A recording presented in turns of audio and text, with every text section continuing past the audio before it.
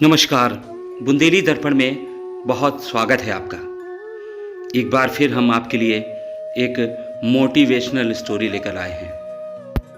एक बार की बात है, ठंड का मौसम था और एक अरबपति अपनी लाखों की गाड़ी से एक पार्क के पास उतरे और टहलने लगे। पार्क के एक किनारे बैठा एक गरीब बूढ़ा मिला। ठंड बहुत अधिक थी। बूढ़ा ठंड से कांप रहा था। अरबपति ने उस बूढ़े शख्स से पूछा, क्या तुम्हें बाहर की ठंड महसूस नहीं हो रही है और तुमने कोई गर्म कपड़े या कोई कोट भी नहीं पहना है?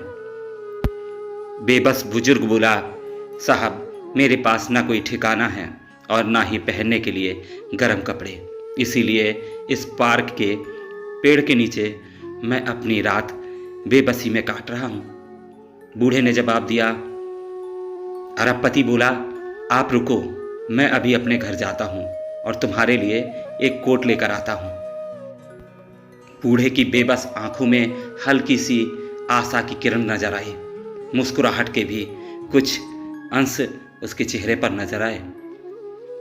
वह बेचारा बहुत खुश हुआ और कहा कि मैं आपका इंतजार करूंगा। अरबपति अपनी गाड़ी लेकर वहां से चले गए और अपने घर पहुंच गए।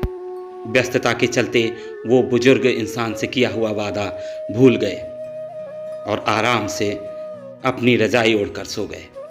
सुबह जब उन्हें उस बूढ़े शख्स का ख्याल आया तो लगभग वो छटपटा कर उठ गए।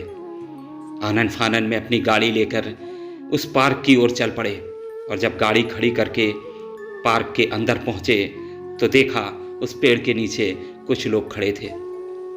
शायद ठंड और ठिठुरन से उस बुजुर्ग की मौत हो चुकी थी। जब पास पहुंचे तो बुजुर्ग मृत अवस्था में उनके सामने पड़ा था। आसपास खड़े लोग चर्चा कर रहे थे, शायद ठंड से मर गया।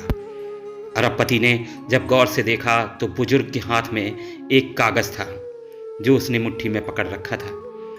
उन्होंने जब उस कागज को लेकर खोला तो उसमें अरबपति के नाम कुछ लिखा हुआ था। बुजुर्ग ने मरते वक्त चिट्ठी में लिखा था, जब मेरे पास कोई गर्म कपड़े नहीं थे तो मेरे पास ठंड से लड़ने की मानसिक शक्ति थी, लेकिन जब आपने मुझसे मेरी मदद करने का वादा किया तो मैं आपके वादे से जुड़ गया। मुझे आपका आसरा हो गया और इसने मेरी मानसिक शक्ति को लगभग खत्म कर दिया। अब ये ठंड मुझसे बर्दाश्त नहीं हो रही है। पता नहीं मेरी जान बचेगी या नहीं, लेकिन आप अगर मेरा खत पढ़ें तो इतना ज़रूर याद रखना कि अगर आप अपना वादा निभा नहीं सकते तो किसी गरीब को कोई वादा नहीं करना। बेशक यह आपके लिए ज़रूरी नहीं भी हो सकता, लेकिन यह किसी गरीब के लिए सब कुछ हो सकता है। अरबपति निःशब्द था, स्तब्ध था और आत्मग्लानि का बोध लगातार उसे कोसे जा रहा था।